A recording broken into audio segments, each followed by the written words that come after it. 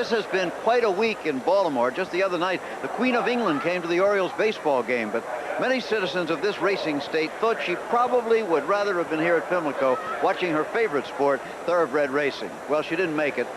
But here, the rest of us are gathered today for Maryland's greatest sporting occasion, the Preakness Stakes.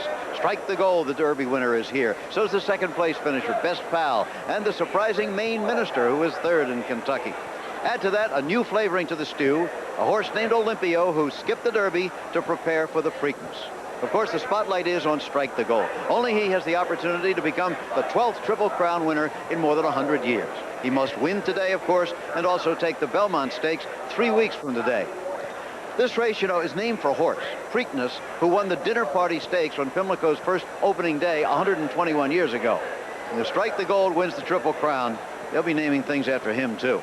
Now let's go upstairs to my ABC colleague, Al Michaels. Al? Thank you, Jim. And when you look at the Triple Crown, first up, of course, the Kentucky Derby. It's the most famous race in the world. And then last up, the Belmont Stakes in New York with its attendant glitz and hype and hoopla. And that, of course, would be where any Triple Crown winner would be crowned. In the middle, then, comes the Preakness. It's probably the least glamorous of the three, and yet it's a very distinctive race. In a sense, this is a litmus test.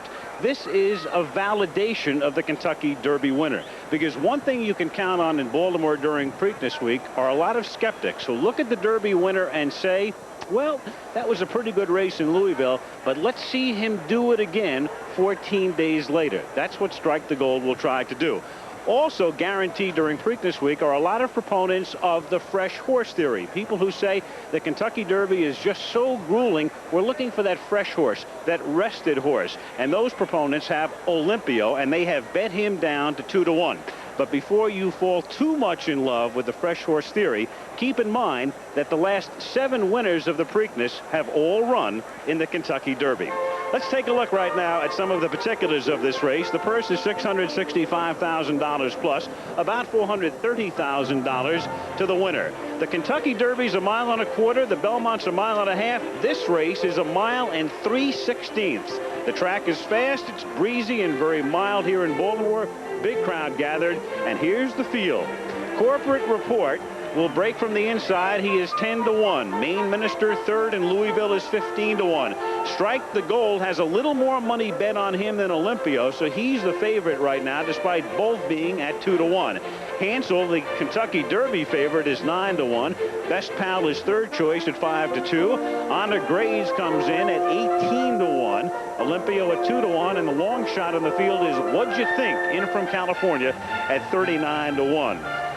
Now, as far as the Chrysler Triple Crown Challenge is concerned, the winner of this race picks up 10 points, and Strike the Gold comes in with 10 from his Derby victory. Best Pal picked up 5 by finishing second.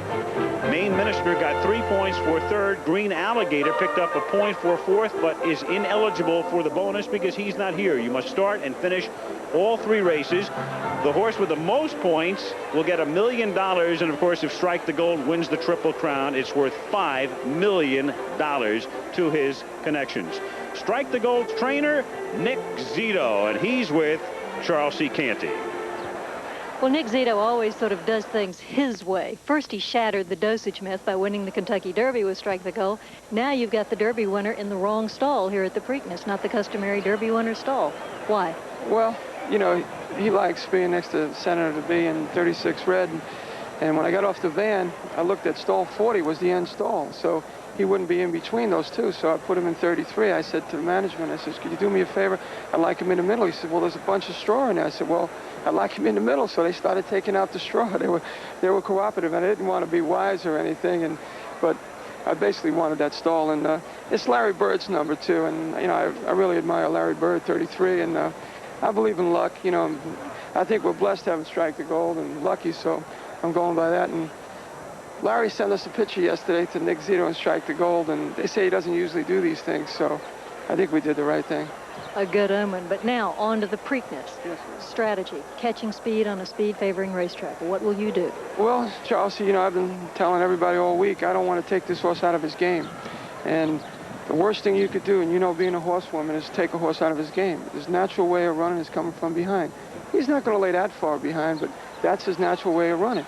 And I can't do anything about the track. And the track was that way for Florida Derby, and he still tried to get Fly So Free that day he came.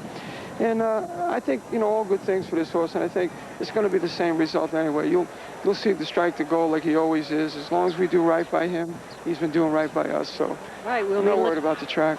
Track is good for everybody, right? Good for you all. And Nick Zito trying for the second leg of the Triple Crown, and we go back to Jim. All right, Charles. Well, preparations are being made. You see, later today, the colors of Summer Squall, last year's winner, will be painted over in the silks of whoever today's winner will be. It's a Preakness tradition. A racetrack, you know, is a theater with 9 or more shows a day, and much goes on behind the scenes, starting at dawn on the backstretch. The backstretch of any racetrack is a community unto itself, and business hours begin at daybreak. It's a world populated with exercise riders, hot walkers, pony boys and girls. But mostly it is the grooms who are the unsung heroes, caring for the same 3 or 4 horses all day, every day. It's a relationship, not a job. The Dodge Spirit, the Plymouth Acclaim. Last year in consumer comparisons, 83 out of 100 people preferred the Acclaim and Spirit to Honda Accord. Both have a longer powertrain warranty than Honda, more interior room, and a driver's airbag. So what are you waiting for? A deal? All right. We're offering savings and incentives up to $2,250. Rediscover the great American family car values.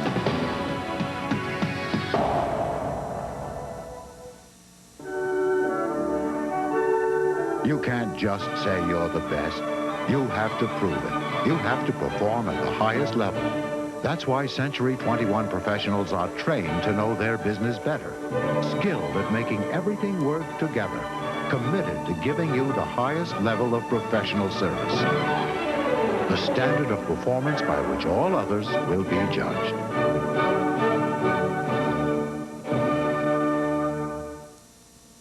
O can sometimes be agony, or O can be hope. O is always forever. Without O, there would be cameras, but no Olympus. Pictures, but no memories. And there would be no Infinity Super Zoom 330 to grab so many of the O's that make life so good. Olympus. Never miss another O. It's not easy to pull yourself away from a bowl of Kellogg's Raisin Bran. Those scoops of raisins taste so good, you'll find that once you start, you can't leave them behind. It's those 2 scoops that taste too good to pull yourself away. 2 scoops of raisins, frozen flakes of bran. Get every bite you can of those 2 scoops that taste too good to pull yourself away. 2 scoops that taste too good in Kellogg's Raisin Bran. 2 scoops. ABC's Wide World of Sports presentation of the Preakness Stakes, brought to you by Chrysler, where luxury is engineered to give you the advantage, by the Diamond Anniversary Band, and by Kellogg's, the best to you each morning. Old Hilltop, the locals call it. Beautiful shot of Pimlico Racecourse from the Goodyear blimp, the Spirit of Akron. Well, you know, people call the Kentucky Derby the most exciting 2 minutes in sports, and so much happens in those 120 seconds. It's really tough at the time to digest all of it or even part of it. So what better way to look back at the Kentucky Derby than with 20/20 hindsight? Under overcast skies, a crowd of more than 135,000 gathered for the first leg of the Triple Crown, and for the 6th straight year, the auxiliary starting gate was needed as the field was comprised of 16 horses. Breaking from the #1 post can be dicey, and Fly So Free, the second betting choice at 3-1, was bumped slightly, but recovered quickly and was in good striking position in the run by the stands. From post 15, the third choice, Best Pal, broke cleanly. But jockey Gary Stevens had to make a fast early decision. Should he move closer to the leaders at the expense of racing very wide, or take back and save ground? Spotting an opening in mid-pack, Stevens dropped Best Pal in. Closest to the rail, Sea Cadet led the way into the first turn, flanked by 40-something and Corporate Report. Main Minister was 4 horses wide just outside Hansel, and Strike the Gold was in 11th place, 10 lengths off the lead.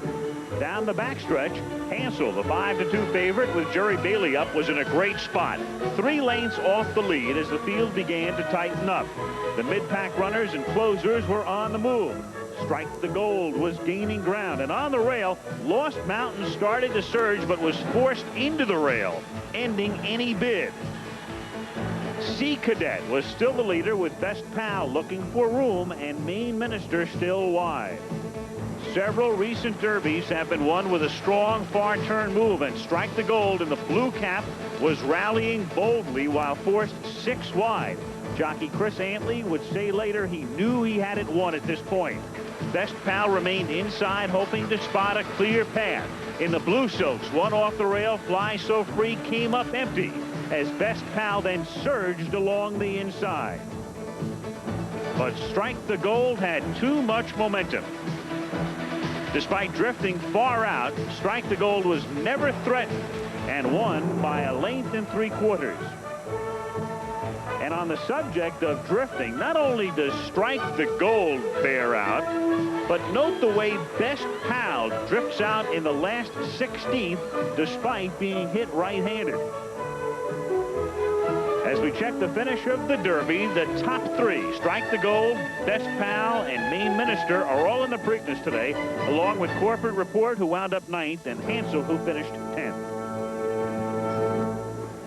And joining me now is Dave Johnson, who will call and analyze the race. And Dave, in all of the years they've been running these races, only 11 horses have won the Triple Crown. What makes it so tough? It's so tough to win more than one race in the Triple Crown because of the short amount of rest between the races and also the rigors of shipping from one track to another. Let's talk about one horse in particular here, Hansel. He was the favorite in Kentucky. He finished 10th. He wasn't going to run here. His trainer shipped him to Arlington Park, and then earlier this week decided to van him in. Why? On Tuesday morning, Frankie Brothers worked Hansel, and he saw something he liked. He saw the old Hansel, the Hansel who set a track record in the Jim Beam and tied a stakes record in the Lexington. And it might have been because of big efforts in those 2 races that he failed in the Derby. So he's back to try again. Frankie Brothers, a real good horseman. He wouldn't be here if he didn't think he had a shot. Hansel is back, and here in the Triple Crown Series now for the first time since he skipped the Derby is the Arkansas Derby winner, Olympio. And he did something in this race, Dave, that you very rarely see. He took the lead, then dropped out of it, and then came on again. And you rarely see it, Al, because it takes a very exceptional horse to have 2 distinct moves in the same race. He went to the lead, he gave it up, and then as they headed into the stretch at Oak Lawn Park, here he was again, coming on again, and that's why a lot of bettors like him today. Delahousie was in the irons for the Arkansas Derby win, his 3rd straight victory, and he's back today. So there is your fresh horse, so with 27 days rest. Olympio is trained by Hall of Famer Ron McAnally, and he's with Charles C. Canty. After Olympio's very game victory in the Arkansas Derby, he would have been one of the favorites in the Kentucky Derby. Yet, Ron McAnally, you chose to pass that race up. Why? Well, because of years of experience, Charlie. Last year we tried it with Silver Inning. It didn't work. I've tried it at home several times with other horses. It doesn't work. They don't give their best performance that way, unless it's a very fresh horse. You get to learn, you know, after you've been around probably as long as I have. But anyway, that's just been my experience, and, you know, hopefully it works today. Olympio has shown a lot of versatility in his running style. How much will that play into your strategy today? I think it'll play an important role because there's a lot of these other horses here today that are probably thinking the same thing we are. You know, you need a lot of speed to stay up there. And if they all go, well, it'll set it up for Strike the Gold. Hopefully it won't, but on the other hand, you never know what's going to happen when those doors of the starting gate open. But I think judging from everything, you know, with our horse's style of running, I think it could go either way, and Eddie realizes that. Ron McAnally, you're a member of the Hall of Fame. You've trained multiple champions, yet you've never won a classic. How much do you want this? Oh, very much. I think it would be most gratifying to me to win a race like this today, and it's you know, the people here are so genuine, and we like it very much, and a nice group of horses, good solid 3-year-olds in this race. Probably even more solid than the Derby. A lot of times you get dreamers that go into the Derby, but this is more realistic here today. Tough race. Good luck, Ron. Thank you, Charles. All right, we'll go back to Al now.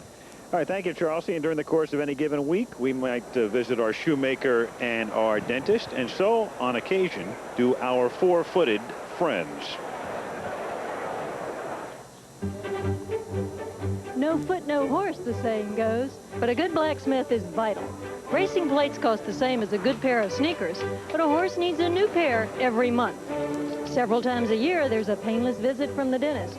Caps and wolf teeth are pulled, rough edges are smooth, but the tooth fairy does not pay off. 10 years. His hair is a little thinner. I don't remember her looking so... Week long in Baltimore, hard by Chesapeake Bay. And culminated, of course, with the running of the Preakness Stakes, the third Saturday in May. There's Nick Zito, and here are the odds. And as they crawl by, they're in order of bettor's preference. Strike the Gold is 2-1. Olympio is 2-1, and Best Pal is 5-2. Then comes Hansel at 9-1. Corporate Report, who will break from the inside, is 10-1. Maine Minister, third in the Derby, is 16-1. Honor Grades at 19-1, and what you think is the long shot in this field at 35-1 with 40 minutes to post time. And what's a Triple Crown telecast without Jack Whitaker? Hello, Jack. Hello, Al. Thanks very much. You know, like junk bond salesmen on Wall Street during the 80s, the breeding business in thoroughbred racing had a phenomenal decade. But now in the harsh light of the 90s, there's a painful adjustment going on in the marketplace, and the pain is afflicting some of the greatest names in racing. The economic blues have come to the bluegrass country of Kentucky, as 150 of its 400 horse farms are in financial difficulties. And none more so than Calumet, once the reigning dowager of American stables. Now Calumet has gone the way of the New York Yankees. It is no longer a symbol for success. The organization that produced 8 Derby winners and 2 Triple Crown colts can no longer rely on its past glories. Smiling to himself. It seems like only yesterday, doesn't it, that Calumet's Alydar chased a firm to a dramatic Triple Crown before becoming one of the outstanding sires of the 1980s. Just last year, one of Alydar's sons, the Wayne Lucas-trained Criminal Type, was voted Horse of the Year after defeating Sunday Silence and Easy Going. But by the time of the Breeders' Cup last November, Criminal Type had retired, and the magnificent Alydar, bedrock of Calumet's breeding, had died. Stories began to circulate about trouble at Calumet, even as their farm manager, J.T. Lundy, the man who refurbished Calumet in the 80s and produced Criminal Type, was receiving the Eclipse Award as Breeder of the Year. On the surface, all looked well. But were there problems at Calumet? I wasn't aware there were any problems. Yes, some problems, but not all the way. J.T. Lundy had lots of experience with horses, but I don't think he had a business background. He was always playing catch-up. JT's is a man's man. He's the blue-collar worker. I mean, he's never been too caught up in himself or in the tradition of Calumet. I like JT. You know, he's kind of a character. Anybody that meets him, definitely he marches to his, his own drum. J.T. Lundy, along with many other farm managers, was caught in an economic crossfire as a recession descended upon the breeding industry. The price of yearlings and the fees for breeding have plunged from the dizzy heights they attained in the 1980s. Many big-time spenders at the yearling sales have cut back, and many, like the Arab oil sheiks, have disappeared in the wake of Desert Storm. But money borrowed from banks must be repaid. It's said that Calumet owes as much as $70 million. Against this background, J.T. Lundy resigned from Calumet in April. Ironically, 2 weeks ago, a Calumet-bred Alydar colt won the Derby. But Strike the Gold was not owned by Calumet. They had to sell him last fall to relieve some of their financial burdens. I would say probably Strike the Gold still would have been carrying the colors of Calumet had not it been in getting in tight financial conditions. Strike the Gold could have made a whole lot of difference if we had had him in our stable instead of just participating as the breeder of the Derby winner. You always like the thrill and enthusiasm and the hype of having a Derby winner, and that's great for Calumet Farm. But if you look to the new image of Calumet Farm, which is a commercial organization, it's probably one of the best things you could do is sell a Derby winner. Disappointing that we didn't own them. Very, very beneficial in our new look. Mr. Lundy declined to be interviewed for this piece, but did release a statement through his lawyer which said, Mr. Lundy is a quintessential horseman who does not seek publicity, but rather prefers to let his record of success at Calumet in the breeding and racing of thoroughbreds speak for itself. Well, the hope, of course, is that Calumet and our other traditional farms will weather these financial times in good shape. But if they don't, it will be far too high a price to pay for the far too high prices of the 1980s. Once again, here's Al Michaels. All right, thank you, Jack. And there is a live shot. Strike the Gold is being led from the barn along with Nick Zito to the track. And we'll be back after this message and a word from our ABC stations.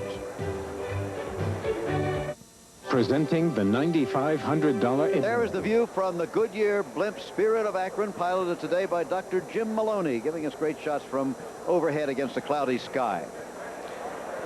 And back down to earth again, there is the Derby winner, a colt who had to be fed through tubes for the first 3 days of his life, lost his mother in the early months, and was raised by a nurse mare. He's really overcome a lot, and so is his rider. It happened before 130,000 witnesses at the Kentucky Derby. The dream of a lifetime came true for a 25-year-old jockey who's had enough problems in his early years to last a lifetime. He's Chris Antley. A kid who fell in love with a horse at age 15 and followed the horse to his destiny. In the afternoons when I'd get done, I'd go in the stall with him, and when he would lay down, I'd lay on his stomach in the stall. When he left, I put the bandages on the horse and loaded him in the van. I couldn't take it. I started crying. And I came back home and I packed my clothes. I followed him. And I ended up at Delaware Park, and that's where I first knew I wanted to be a jockey. Now he savors a Derby victory, but he wonders what they'd be saying if he lost, what with his history of trouble. After the Kentucky Derby here many, many times, it was a great ride. But then again, what if I lost? What if I lost by a head? Chris Antley's problem has been drug addiction.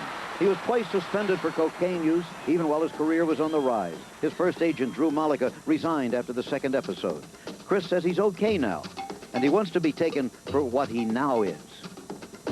Take me only for what I am. I've seen a lot up to the age 25, and I'm glad I'm moving on. It's time to go on.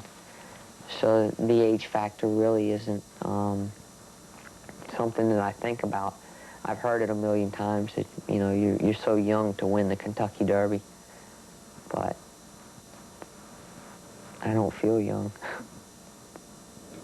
48-year-old Anjo Cordero has seen them all, and he thinks Chris's future is unlimited if he just stays clean. I'm proud of him that he handled his problem by himself. A lot of people give up on him, and a lot of people knocked him. But now they're going to realize that he's one of the best, and he's going to be one of the best as long as he's healthy. In the weeks before the Derby, some members of the press wouldn't give him a chance, particularly after he was late for Strike the Gold's workout. But Chris says he cares more than they know and can only keep on trying. You got a right to speak your mind. You gotta take the stand. If they only know what I felt like and how much I was looking forward to riding Derby. Sometimes it's hard for me, being from where I came from and the problems I went through, to express myself the way I would like to. I have to just keep fighting and keep showing everyone else that I am reliable.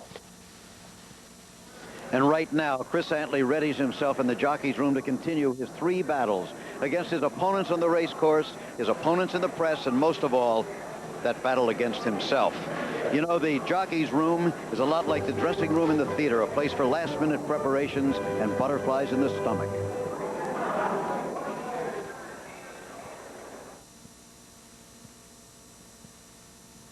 Shave, and you don't get the negative side effects. I'm very pleased with the Norelco.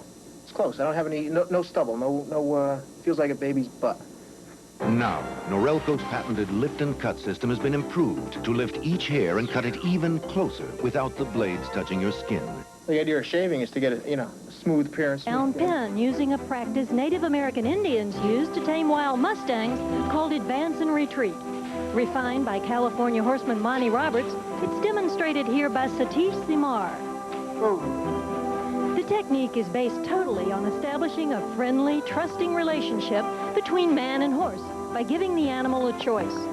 A choice between being under pressure or being rewarded with petting and praise. It's a decision that comes easily, and a rapport is quickly established. Satish depends on body language to determine acceptance in the yearling. Inquisitive ears and softened eyes tell him he can move on to the next stage of saddling and tightening the girth. There's a little resistance to the strange constriction, but because of his trust in Satish, the colt is easily reassured there's nothing to fear. All the routine steps are included. They're simply accomplished rapidly because the horse is calm and relaxed and receptive. Even the traumatic stage of bearing a rider's weight for the first time usually happens very uneventfully. The colt is aware of the rider on his back, but doesn't mind because his ally, whom he trusts, is at his head. By the second day, the trust is transferred to the rider, and the yearling goes quietly in the round pen. This would normally have taken 3 weeks. And remarkably, by only day 3, most every tailor-made student is ready to step forth in the world, convincing proof of this kinder, gentler approach. From those beginnings to an event like the Preakness, and a live shot there of Olympio. Olympio will be saddled very shortly by Ron McAnally. He is 2-1. There is Best Pal, trained by the bright young English trainer Ian Jory, who is 5-2. Right now, another installment in our series on what's new in sports science and technology. A look behind the scenes as sports and science converge. Post time is now 21 minutes away. And Dave, we had 16 horses in the Derby, just 8 here. Let's go through them now. Here is Best Pal. No gelding has won this race since 1914. Very few California breds have won. What do you think of his chances? Bad news is that Best Pal hasn't had a win this year. The good news is that the tactical advantage that he didn't have in the Kentucky Derby, where the size of the field dictated the strategy, won't happen. This time, his ability will dictate the strategy. He'll be ridden by one of the top jocks in the country, Gary Stevens, who is with Charles C. Canty. Well, Best Pal and Gary Stevens put up a good race in the Derby to be second, but looking at the race closer, you got in trouble a time or two. Yeah, we had a little bit of trouble coming around the 3/8 turn, coming into the stretch. I was forced to make a decision early on in the race to take back or stay up and go wide. I chose to take back. I had to fight my way through some traffic going into the final turn. Was forced to steady a little bit at the 5/16 pole. Everything opened up at the quarter pole, and got a pretty smooth run from the quarter pole. But looking back on the race, I would have liked to have gotten through, gotten a little clearer passage earlier on in the race. Might have been a little tighter race. Where do you think you'll lay today? Well, he's going to be right up towards the front end. I'd look for him. I don't want to take him too far out of the race. It's a shorter field. I shouldn't have to make as many decisions this time as what we did in the Derby. And he's a very smart horse, very intelligent. He'll place himself. I'm going to let him place himself. And just want to be in the race at the quarter pole. He's got a great finish, and that's where I want to be. Good luck to you. We'll go back to Al Michaels. All right, thank you, Charles. See, Dave, here is Strike the Gold. Last year, Nick Zito said he didn't bring 36 Red into the Derby the right way, but he certainly this year brought Strike the Gold in the right way. He had a plan, Al, and that was to keep Strike the Gold out of prep races that were 2 weeks apart. It worked for the Kentucky Derby, but he couldn't change the timing of the Preakness. Now, the positive thing is that Strike the Gold, even with the Derby and shipping here to Maryland in hot weather, well, he has improved physically. He looks magnificent. I don't know what to think about Maine Minister. I liked him a lot in Kentucky. He finished third at 86-1, but can he improve, or was that his best bolt? I think it was his best bolt. In the Kentucky Derby, he also lost an enormous amount of ground. He was 4 wide on both turns, but if he could duplicate that, then he'd be back in the hunt. Then there is Hansel. We talked about him earlier. The favorite in the Derby. They were going to skip the Preakness, but now they have brought him back, and here he is today, and you can get a pretty good price on him. And only one horse in the last 9 years has come back to win the Preakness after being the beaten favorite in the Kentucky Derby. That was Snow Chief, who finished 11th. I wonder if it'll happen with Hansel, who was 10th. And now another look at Olympio, number 7, who is 5-2 and has won 3 in a row. And the focus here has to be on trainer Ron McAnally. It took guts to keep this horse out of the Kentucky Derby, but this man knows his horse, and the horse is so versatile. He'll be ridden by a man who's no stranger to the winner's circle in Triple Crown races, Eddie Delahousie, who's with Charleston. Well, if pace makes the race, then the pressure is going to be on Eddie Delahousie. Where do you think you'll be in this race? Well, Charles, I don't know exactly. When the gate opens, then we'll see what happens. But I'm pretty sure we'll be laying fairly close. Hopefully, he'll be comfortable laying second or something like that. But he's a very kind horse. You can do about what you want with him. All right, and he's ready for you to go mount up. Go see your trainer, Ron McAnally. We'll go back to Al Michaels. Okay, Charlesy, we'll take a look now at number 1, Corporate Report, trained by Wayne Lucas. Very lightly raced, but not very impressive at Louisville. What do you think? Well, he had the advantage of drawing the inside post here. He has early speed. Look for him to zoom to the front, maybe try and stretch it. In the Kentucky Derby, there are a lot of horses that you look around and say, well, what in the world is this horse doing in the race? And here in the Preakness, we have one horse like that. What'd you think, and what's he doing in this race? Well, he's an Illinois bred. He's a very talented 3-year-old, but unknown in major competition. He's won 3 out of 5. Who knows? He could pull it up. Then there is Honored Graves, number 6. You talk about potent connections. He's owned by Bruce McNall, the owner of the Los Angeles Kings and the great coin collector. Wayne Gretzky of the Kings has a piece of him, and so does Magic Johnson of the Los Angeles Lakers. What kind of chance does he have? Well, you know, he's here because of a very eye-appealing second-place finish in the Derby trial, and he would have to be coming on very strongly. I think he's an outsider. Your pick, sir? I picked Best Pal in the Kentucky Derby. I'm going to stick with him, hoping he can improve on that second-place finish. How about you? You're my pal, and I'm picking Best Pal today. Best Pal and Maine Minister in my exacta. Post time at the Preakness is now 16 minutes away. We'll be back. The Cadillac Sedan DeVille. The Chrysler, 5th Avenue. It's got a driver's side airbag, air conditioning, a powerful engine. Prize horse in the Derby with his 3rd place finish. You know, one of his owners made a fortune with a gold mine strike, and he'll pay a good price if he wins. And speaking of gold strikes, here's Strike the Gold, hoping to head home to New York, with a chance to win the Triple Crown at Belmont. A win today will certainly bring him the respect he already deserves. Number 4 is Hansel, the unexpected guest at the party. After he finished 10th as the favorite in the Derby, he wasn't expected to run here. The last-minute decision, remember, brought him a chance to redeem himself. If you like number 5, Best Pal, you're not alone. He won $1 million as a 2-year-old. He hasn't won in 3 starts this spring, but he was, of course, 2nd in the Derby. No gelding has won this race in 77 years, and he is a gelding. Number 6, Honored Graves, is the new kid on the block. 2nd in the Derby trial. He skipped the Derby itself. He's the first horse ever trained by Rodney Rash, who comes home to Maryland for this Preakness. But your choice may well be Olympio, the fresh horse, coming here with 4 weeks rest. Many racing people would love to see trainer Ron McAnally win his first Triple Crown race. And those who bet Would You Think will be well rewarded if he wins. He's the long shot trained by Mike Whittingham, son of the famous Charlie.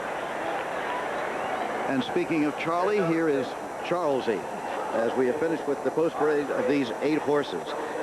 What do you think of the main problems here for this great task in front of Strike the Gold? Well, Jim, he's strictly the horse to beat, but he's got his work cut out for him. It'll be harder for him today than in the Derby because of the different configurations of these 2 tracks. Churchill Downs is shaped like a stretched rubber band, tight turns and long straightaways, whereas Pimlico is shaped more like an egg. The first turn is tight, the second turn is wider, and the backstretch and the homestretch are shorter.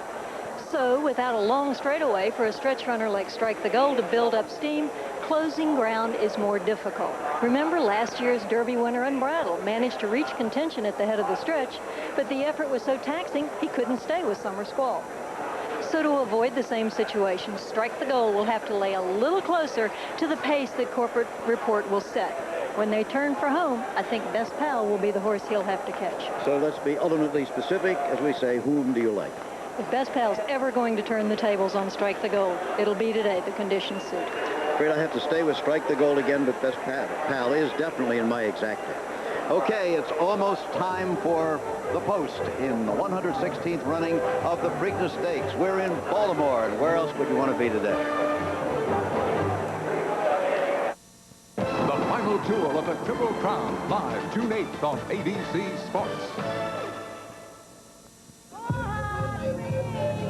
Dear Mom and Dad, it's like magic being here. I know you're worrying, but I'm fine. And if they have a phone in the next village, I promise I'll call you. This is the AT&T USA direct operator for Mrs. Patterson. Mom? Hola. ¿Cómo está? Making it easy to call the States from more places worldwide is just one of the ways AT&T can help you. It's all in the cards.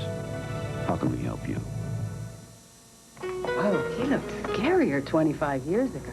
Did I? Five for finishing second. Maine Minister comes into this race with 3. Green Alligator with a point, ineligible because you must start and finish all 3 races and strike the gold were he to win the Triple Crown, would take home $5 million for his connections. As far as the win pool is concerned here at Pimlico, there's about $818,000 total in the win pool. $233,000 and change has been bet on Strike the Gold, 181 plus on Best Pal, and 196,000 and change on the second choice Olympio. So the 3 of them, the crowd favorites, as we go back to Jim McKay. All right, Al, let's have a word here with Ian Jory, the trainer of Best Pal, up in the stands. Ian, I noticed that your horse is wearing bandages on his front legs today. He didn't in the Derby. To some observers of racing, that's sometimes a bad sign. Why did you put them on? They've been running down a lot, Jim. Last week in the special, the winner went down in front. This track's a very coarse sand, and I don't want to burn his heels. We've got a race again in 3 weeks, so that's why we put bandages on. Running down, of course, to those of you who don't follow racing, meaning that parts of his legs or his ankle brush against the ground, and he can get bruises and cuts there. Ian, your horse, the plus side is he's been running very impressive seconds. The minus side is he hasn't won this year. What's going to make the difference for him today if he's going to win? I think he'll get a lot more luck. He was really primed up to the Derby, and he ran a hell of a race, but he got a lot of bad racing luck. This time he's going to have a much fairer shake of the dice, I hope. He's certainly got a better draw, and you know, we're going to be in a position we want to be in, and then we'll find out just how good he is compared to everybody else. You should be very proud of yourself no matter what happens here. You came to this country, I believe, with about $200 in your pocket not too many years ago, didn't you? That's right, but I'm very proud of my horse, really, and our staff who've done such a good job with him. All right, Ian, thank you very much and good luck. Thank you. Now, here is Ron McAnally, the trainer of Olympio. Ron, who has won so many big races in his career, had great horses like the great John Henry, and yet he's never won one of the Triple Crown races. So many people in racing would love to see him do it. Ron McAnally, there's Nick Zito on the right, is Brophy, the trainer, Giles Brophy. Mrs. Brophy on the left, and the other 2 owners are in the back. Elsewhere, let's see, there's Wayne Gretzky. Wayne Gretzky is one of the owners of Honored Grays, as is Magic Johnson, along with Bruce McNall. Wayne, possibly the best athlete in the world, if you could compare sports. There's another Wayne Lucas, the winningest trainer you'll find anywhere in these big stakes races, and he's got corporate report today, something of a long shot, but he usually has a reason. It's time now to go upstairs as they near the post to Dave Johnson. Dave? So the starting gate positioned at the top of the stretch, and Farm Away set the track record, equaling the American record, 152-2 just a week ago in the Pimlico Special. And Tank's Prospect set the stakes record, 153-2. And there is corporate report. We're going to see how quickly he gets away from the inside, shooting to the front. Also watch number 5, Best Pal, see if he gets into the race earlier than he did in the Kentucky Derby. He certainly will. And Olympio has early speed if he wants to use it. Pat Day is aboard corporate report. He won the Preakness with Tank's Prospect, setting that stakes record. He also won last year with Summer Squall. Maine Minister. Alex Solis won the Preakness with Snow Chief. And here's the Derby winner, who rallied to win it with an attack of speed and stamina just 2 weeks ago. Strike the Gold. Hansel trying to redeem himself. Took a nasty step there as he moved into line. Here's Best Pal.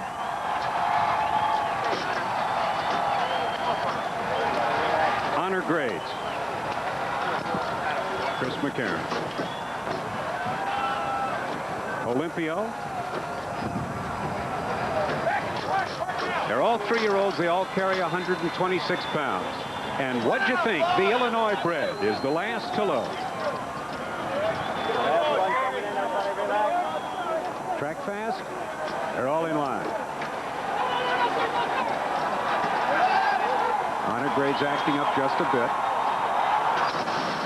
And they're off. Best Pal away quickly on the outside. Olympio. Then comes Hansel between horses. Corporate Report on the inside. Now passing the stands for the first time. Olympio on the outside to the front. Corporate Report battles back early. Hansel between them in third. Main Minister is fourth. Then what you think on the outside fifth? Best Pal back into sixth position, and then it's two back. And on the inside, the Kentucky Derby winner has Strike the Gold on the outside. That's Honor Grades. Now around the clubhouse turn. It's Corporate Report on the inside, in front by half a length. Olympio on the outside stalks the pace.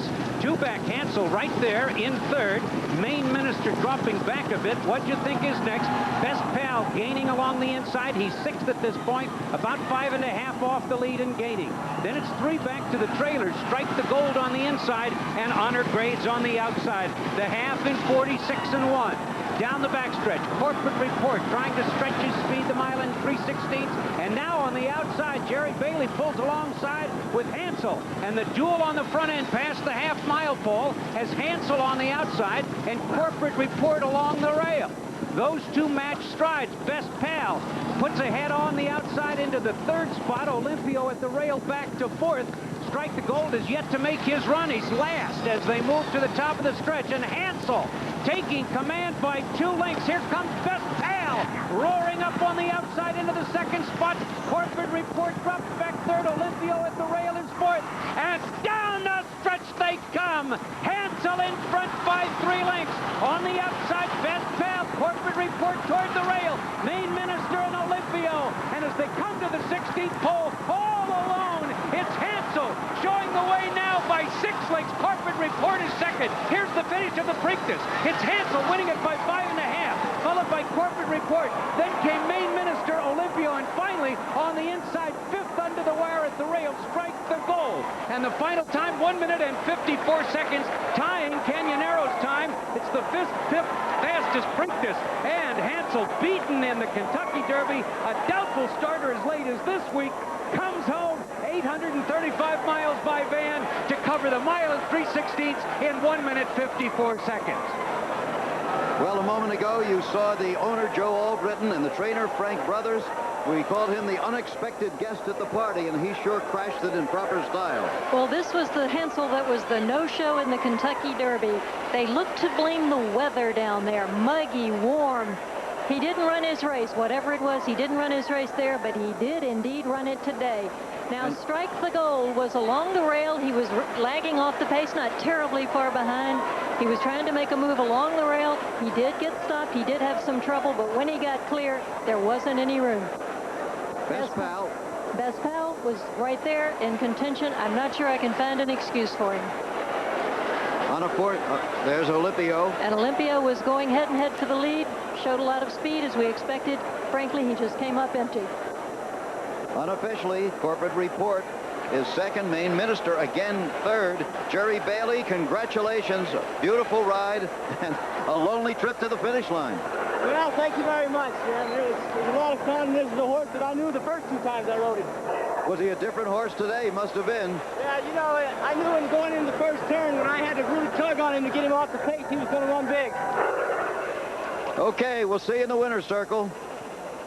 Jerry Bailey, the jockey aboard the unofficial winner of the 116th Preakness Stakes, Hansel. Owned by Joe Albritton, trained by Frank Brothers, and we'll be back with much more. Well, he took the Great Circle route to Baltimore. He was in Louisville, and then they sent him to Chicago, and he was going to skip it after a very disappointing and dispiriting performance in Louisville when he never fired and finished 10th. But back he comes, and he performs today as he did in the Jim Beam and in the Lexington, and the winner of the Preakness is Hansel. who, Dave Johnson, had never before in his career gone off at odds of greater than 6-1. His odds today 9-1, and when the results become official, he'll pay about $20, and we pick it up on the far turn. And he was awesome this afternoon. 1-10-1 for 6 furlongs. He said, just come on and catch me. Now, Best Pal at this point looked like he was going to get into the race in Corporate Report, and the blue cap dropping back. But Best Pal just stopped, and Corporate Report came on. Olympio, who was in perfect striking conditions, could not touch the winner. And Jerry Bailey with a strong right-handed whip, and Hansel responding. This is the old Hansel, the one that set the track record in the Jim Beam and tied the stakes record in the Lexington. So Hansel, as he concludes his 11th lifetime start, wins for the 6th time. He's hit the board in 9 of the 11. Jerry Bailey brings him home here. In 3 weeks, it's the Belmont, and so he'll pick up 10 points in the Chrysler Triple Crown Series. The reaction of Jerry Bailey as he brings Hansel home. The reaction of Frankie Brothers, Lazy Lane Farms, and Joe Albritton, the owner of Hansel, who wins the Preakness.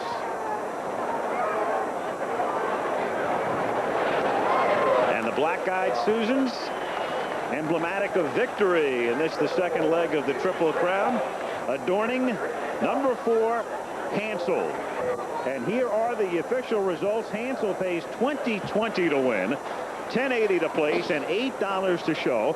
Corporate Report went off at 11-1 and pays $11 to place and $6.40 to show. And here's Maine Minister hitting the board again, as he did in Louisville, paying $5.80 to show. The exact is a beauty. The $2 exacta, the 4 and the 1 pays $212.20.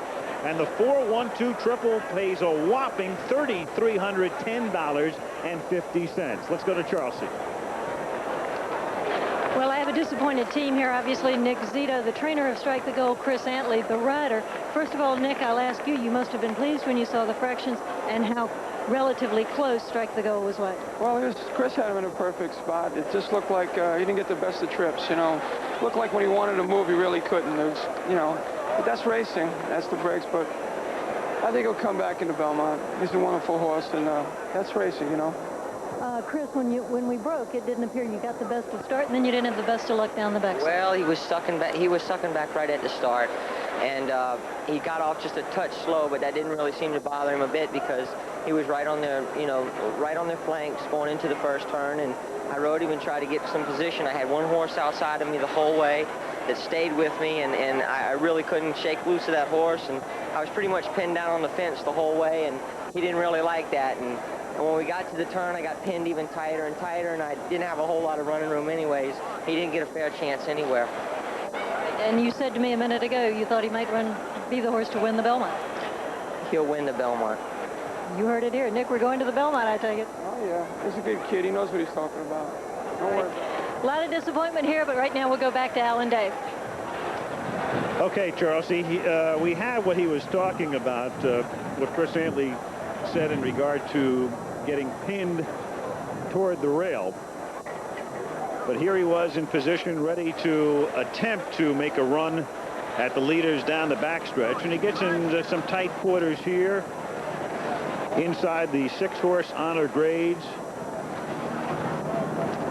taken back a bit, and then Antley goes to the whip, and right there he finds difficulty getting through. Now he begins to swing to the outside, but there would be no Kentucky Derby repeat at all today for Honor Grades. And so interestingly, 3 horses, Best Pal, Honor Grades, and Olympio, the talk of the town, the 3 favorites, and they all run out of the money.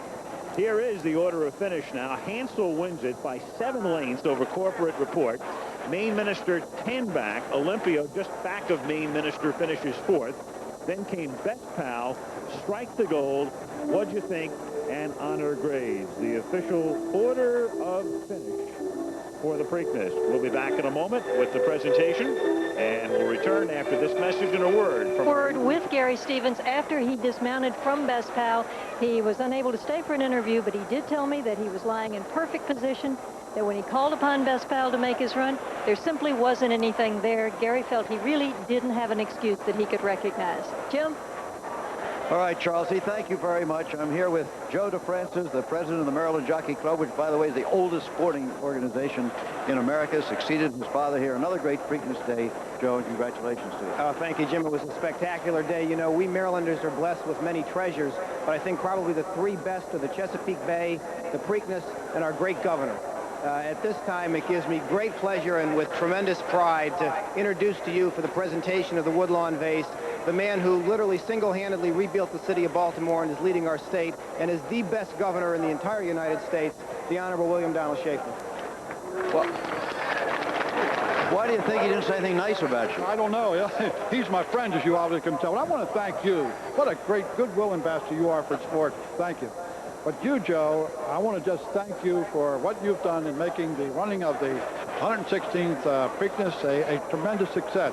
You've given us 10 days of greatness in our city and our state, and I want to personally thank you for all you've done for racing. Thank you very much. Well, here is the big one, and here is the one that actually goes permanently to the winner, Governor. Now, if I may, I'd like to make a presentation to the winner, Joe Albritton, the winner of the 116th running of the Preakness in the city of Baltimore, state of Maryland. Thank you. Congratulations. Thank you very much, Governor. Thank you very much. Well, there we have Joe Albritton with him, his wife, Barbie, Frank Brothers, the trainer, and their good friend, Bob Hibbert, in the back there, Susie Bailey, Jerry Bailey's wife. Joe, congratulations to you and to Channel 7 in Washington, our ABC affiliate, which you own. Well, yes, and this cuts down on the operating expenses of the station, providing your own entertainment. I'd like to thank Jerry Bailey and especially Frank Brothers, who've done a magnificent job with this horse and all that had been doing. What a magnificent trophy. What a magnificent race. Thank you very much, Jim. Thank you, Joe. They tell us everybody pays their dues in this sport, but you're estimated to have put $16 million into it since 1985. You paid a heavy assessment in dues, and you really deserve it. Thank you very much, Jim. Thank you. Okay. The 116th Preakness is history. However, we'll be talking to the trainer and the jockey when we return, and we have the presentation of a beautiful automobile. Just like this. No worries. There goes the Triple Crown. No, there won't be, Mr. Brophy, but I'm sure that you and your horse and Nick Zito will be back to fight another day. Let's take a look at the bonus points and how they stand now for the Chrysler Triple Crown Challenge. Remember, there will be no Triple Crown winner. However, there will be a $1 million bonus for the horse which has started and finished all 3 races and has the most points. So now we have Hansel and Strike the Gold tied for the lead with 10, Main Minister with 6, Best Pal with 5, and Corporate Report with 5. So it's still up for grabs as we go to the Belmont Stakes 3 weeks from today. Now, another presentation. We have Tom McAleer with us up here somewhere. Right? Tom McAleer, the Director of Marketing for the Chrysler Corporation. Thank you, Jim. It was a great race, an exciting race, and we're proud to be a part of this great spectacle. And it's my pleasure on behalf of the Chrysler Plymouth dealers across the country to present Jerry and his wife with the keys to a beautiful red LeBaron convertible right here. Jerry? There you go, Jerry. Thank you. I've already talked this over with my wife, and I would like to donate this car to the Disabled Riders Fund for the Jockeys Guild, for all the guys in my sport that are less fortunate than me right now. That's terrific, Jerry. That's terrific. That's terrific. Well, good luck. Good luck, and now go for the $1 million, okay? All right. Okay, let's have another look at this race now with Frank Brothers, the trainer, and with Jerry Bailey. Frank, how close did you come to not running? Well, Jim, we had to cover our bases pretty good. Took him back home, just had to make sure that everything was all right. I've been in this situation before, but not quite in this dramatic of a race, these circumstances. But we've had favorites get beaten before, and you go back to the drawing board, and everything seemed good. So we, after discussing with Mr. Albritton, we decided to give it another shot. Good start, eh, Jerry? He broke well, as always. The game plan, Frankie and I discussed it, was put him in the game and make sure he's on his toes and in the position going the first turn and leave it up to him from there. If he was the same Hansel that I rode before, and I thought he would run really big as he showed. Could you get a pretty good idea right here that he was the old Hansel? I knew right here. I eased him back off the front 2 horses, and he was tugging at me pretty good. And at the 3/8 pole, I was very confident. I thought I'd either be a fool for making the lead too soon, or it'd be history right there, and it ended up being history. What'd you think about here? It wasn't history yet, was it? No, but you know what surprised me is was going through my mind is Eddie's horse in the Arkansas Derby had dropped back and then come on again. But at least my horse was in the bridle and he was aggressive right here, so I felt very good about my chances. Do you have any conversations out there like Antley and Cordero did in the Derby? No, I had too much on my mind at this point. When you're way back in the back, it's a little bit easier and everybody's a little bit more relaxed. But here I was all business. And things were still looking very good. Nobody in your rear view mirror there, really. No, I was very surprised that Olympio didn't fight just a little bit harder when I got to him. But, you know, I got to give my horse credit. I mean, he just absolutely blew him away. Right here, I still really hadn't asked him. He was just running on his own. Haven't asked him yet. No, it's a terrific feeling. I knew right here was history. I mean, the horse would have to run the last quarter awful fast to catch my horse. You got to take a little credit here. He couldn't do it all by himself. Well, I weighed in, I hung on. You know, it's just a terrific feeling to ride a horse that runs this well. And Frankie, thanks for running him. Well, thank you, Jerry. Appreciate it. No question, I guess, at any point to you, Frank. From the start, he looked good. Yeah, I felt good about him today. When he left there, he was on the bit, and he looked good down the backside, unlike the Derby, and he redeemed himself today. I assume it's on to the Belmont Stakes. Take a look at this, fellas. An overhead view from the Goodyear blimp. Is that interesting? That's a different view. Huh? Gary? Well, I'm usually too short to see things like that, so that's kind of fun. You and I. Frank, again, I asked the question, will it be on to the Belmont Stakes? If he comes out of it well tomorrow morning, I know. I'll have to talk to Mr. Albritton, and we'll have to see about that. He is a Lasix horse, and although he's not a bad bleeder at all, and we'll just have to discuss it and see how our horse is. Of course, Frank is referring to the fact that the diuretic Lasix is not permitted to be used in New York racing. That's been a problem before, Summer Squall last year, for example. But has he ever run without it? It's a 2-year-old. He had to then. But what are you going to say? Well, I'd just like to thank Mr. Albritton, Frankie, my wife Susie for putting up with me the last 3 months, and I'd like to thank Hansel. He just ran out of his skin, I'll tell you. Okay, well, I sure hope we'll see you all at the Belmont Stakes, and congratulations again to a fine group of people. That is the story, I believe, on this year's Preakness Stakes, except for a final comment from the man who makes comments so well, Jack Whitaker. Well, thank you, Jim. Once again, this funny little race called the Preakness destroys the dream of a Triple Crown, which should only underline the fact that it is the greatest and most difficult feat to accomplish in racing, and outside of Nolan Ryan's 7 no-hitters, perhaps in all of sport. It's tough to win these 3 races 5 weeks apart. But now we'll have a wide-open Belmont. No Triple Crown winner, but a wide-open Belmont coming up. You heard the discussion here about Lasix. Hansel races on it. Corporate Report, who finished second, doesn't, nor does Strike the Gold. So come on with us in 3 weeks to the Belmont. In the meantime, I think the Preakness gets a little more respect now. Jim? All right, Jack, the winning silks, the winning jockey, the winning horse with that big white blaze on his face. You can't miss Hansel when he's on the racetrack. It's been run 116 times. Every one, of course, is different. Every one dramatic.